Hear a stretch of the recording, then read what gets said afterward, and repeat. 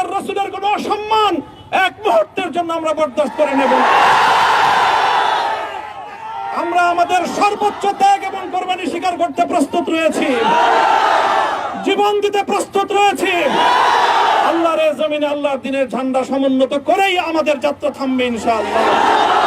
সমবেত প্রাণপ্রিয় তৌহিদি জনতা, বিভিন্ন স্তরের ধর্মপ্রাণ মুসলমান ভাই ও বন্ধুগণ, ছাত্র বন্ধুগণ, আল্লাহর দ্বীনের কথা বলার অপরাধে, আল্লাহর দ্বীনের বিজয়ের ঝান্ডা এবং কেতন উড্ডীন করার প্রত্যয় ব্যক্ত করার অপরাধে, আল্লাহর জমিনে আল্লাহর দ্বীন প্রতিষ্ঠার আন্দোলনের অপরাধে আমরা অনেক ভাই কারারুদ্ধ হয়েছিলাম। পর্যায়ক্রমে সকলেই আলহামদুলিল্লাহ জিন্দানখানার লৌহ প্রাচীর ভেদ করে মুক্ত জীবনে ফিরে এসেছেন। সর্বশেষ আজ আমার মুক্তির মধ্য দিয়ে 2021 সালে হেফাজতে ইসলাম বাংলাদেশ এবং এদেশের আলেম সমাজের উপর ইতিহাসের অন্যতম এক গভীর ষড়যন্ত্র এবং চক্রান্ত নির্যাতনের যে স্টিম রোলার পরিচালনা করা হয়েছিল, তার আজকে একটি প্রাথমিক অধ্যায়ের পরিসমাপ্তি ঘটল। আমরা অন্যায়ভাবে আমাদেরকে কারারুদ্ধ করা হয়েছে, বুলেটের আঘাতে আমাদের ভাইদেরকে হত্যা করা হয়েছে।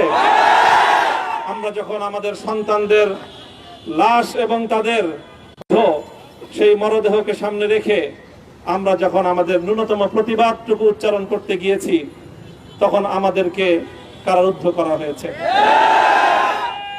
আমাদেরকে নানাভাবে নিষ্পেষণ করা হয়েছে, আমাদেরকে জনগণ থেকে বিচ্ছিন্ন করার সব ধরনের অপচেষ্টা চালানো হয়েছে।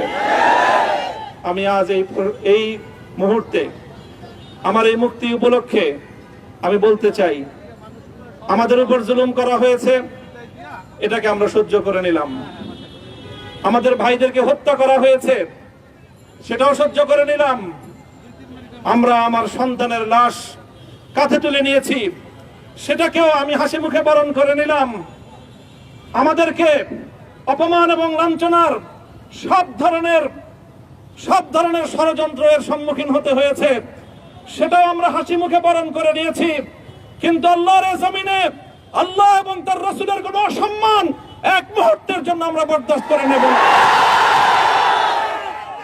আমরা আমাদের সর্বোচ্চ ত্যাগ এবং কোরবানি স্বীকার করতে প্রস্তুত রয়েছি, জীবন দিতে প্রস্তুত রয়েছি। আল্লাহর জমিনে আল্লাহর দ্বীনের ঝান্ডা সমুন্নত করেই আমাদের যাত্রা থামবে ইনশাআল্লাহ। হয়তো শাহাদাত, নয়তো খেলাফত ইনশাআল্লাহ। আল্লাহর জমিনে খেলাফত প্রতিষ্ঠার যে আওয়াজ আজ পৃথিবীর দিকে দিকে উচ্চারিত হচ্ছে, সে আওয়াজ বাংলার জমিনে খেলাফতের এই আন্দোলনকে চূড়ান্ত গন্তব্যে পৌঁছাবে ইনশাআল্লাহ।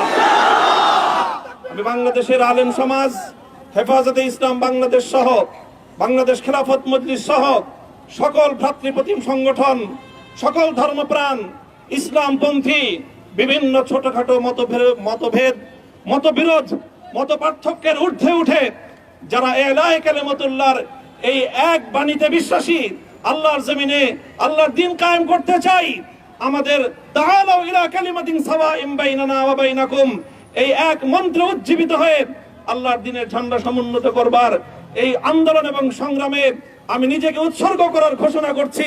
এবং আমার সকল ভাইদেরকে, আমি সকল উলামায়ে কেরামকে এবং ধর্মপ্রাণ মুসলমানদেরকে, ইসলামী নেতৃত্বকে ঐক্যবদ্ধভাবে এই সংগ্রামের ঝান্ডা সমুন্নত করবার, ধারণ করবার আহ্বান জানাচ্ছি।